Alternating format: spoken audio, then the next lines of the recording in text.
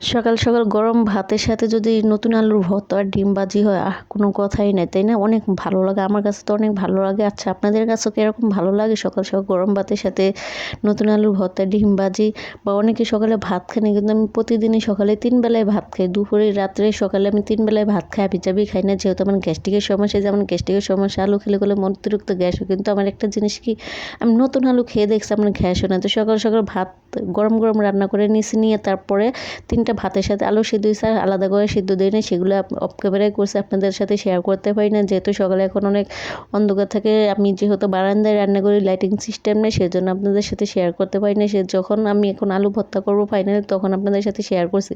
তো কাঁচা মরিচ পেঁয়াজ পরিমাণ মতো ভেজে নিয়েছি, নিয়ে ধনে পাতার সাথে ভেজে নিয়েছি, যেহেতু সর্ষের তেল নেই সেজন্য একটু ভালো করে ভেজে নিই। সর্ষের তেল আছে সেটা একটু ফোড়া সর্ষের তেল আছে, সেটা দেওয়া যাবে না, যেটা আমার শরীর হাত পায়ে ব্যথা থাকে, সেজন্য মিক্সার করে ফেলাইছি, সেজন্য আর দিতে পারি না। তার জন্য আগে এগুলো সব কিছু ভেজে নিয়েছি, নিয়ে এখন ভালো করে চেটকাইয়ে হাত দিয়ে করে কি মজা করে ভর্তা, এত স্বাদ হয়েছে যা বলার বাইরে। আর ডিম ভাজি তো কথাই নেই, গরম ভাতের সাথে ডিম ভাজি, সকাল সকাল আলু ভর্তা, মনে হয় আমি সব ভাত একাই খেয়ে ফেলাবো। দেখেন কতগুলো ভর্তা করছে, আমার কাছে অনেক ভালো লাগে। নতুন আলু বলতে আমার অন্যরকম একটা ভালো লাগে তরকারির ভিতরে পড়ে। আমি নতুন আলু আপনি সিদ্ধ করে দিলেও আমি খেতে পারবো, যা বলার বাহিরে। যে দেখুন ভাত নিয়ে ফেলাইছে, আগে ভাতটা বেড়ে রাখছে যাতে একটু ধোঁয়াটা একটু কম, যেহেতু বেশি গরম ভাত থাকলে ভর্তা দিয়ে ভাত খেলে না কেমন যেন মুখে একটা পোড়া পোড়া ভাব হয়ে পড়ে, তখন খাওয়ার মজাটা চলে যায়। সেজন্য আগে ভাতটা একটু রেখে দিচ্ছি বেড়ে, তারপর যাতে একটু হালকা শুকিয়ে যায়। যে আমি ফাইনালি ডিম ভাজা নিয়ে নিছি, ডিম একটা ভাজছি, 3 বেলা খাবো। বাই ব্যাচেলার মানুষ, যখন যেভাবে পারবো তখন সেভাবে খাবো। দেখুন আমি রিভিউ দিতেছি, এত ভালো হয়েছে খেতে, এত ভালো লাগতেছে যা বলার বাহিরে।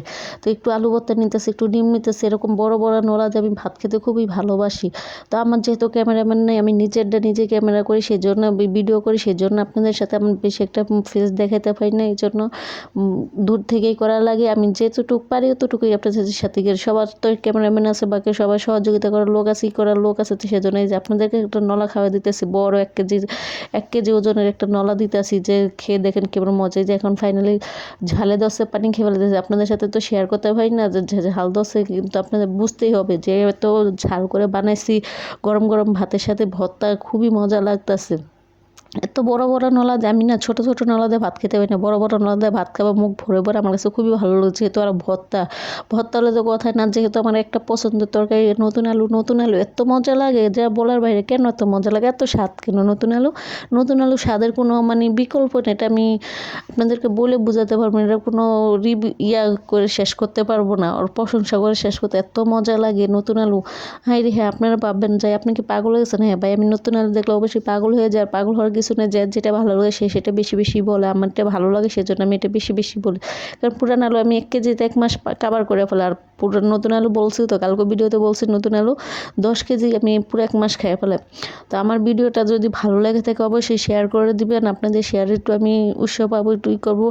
পরবর্তী নতুন আরেকটা ভিডিও নিয়ে চলে আসবো। আজকে এই পর্যন্ত। যে দেখেন আমার খাওয়াটা কি শেষ হয়ে ফেলেছে, এত ভালো লাগছে যা বলার বাহিরে। আজকে খাওয়ার ভিডিওটাকে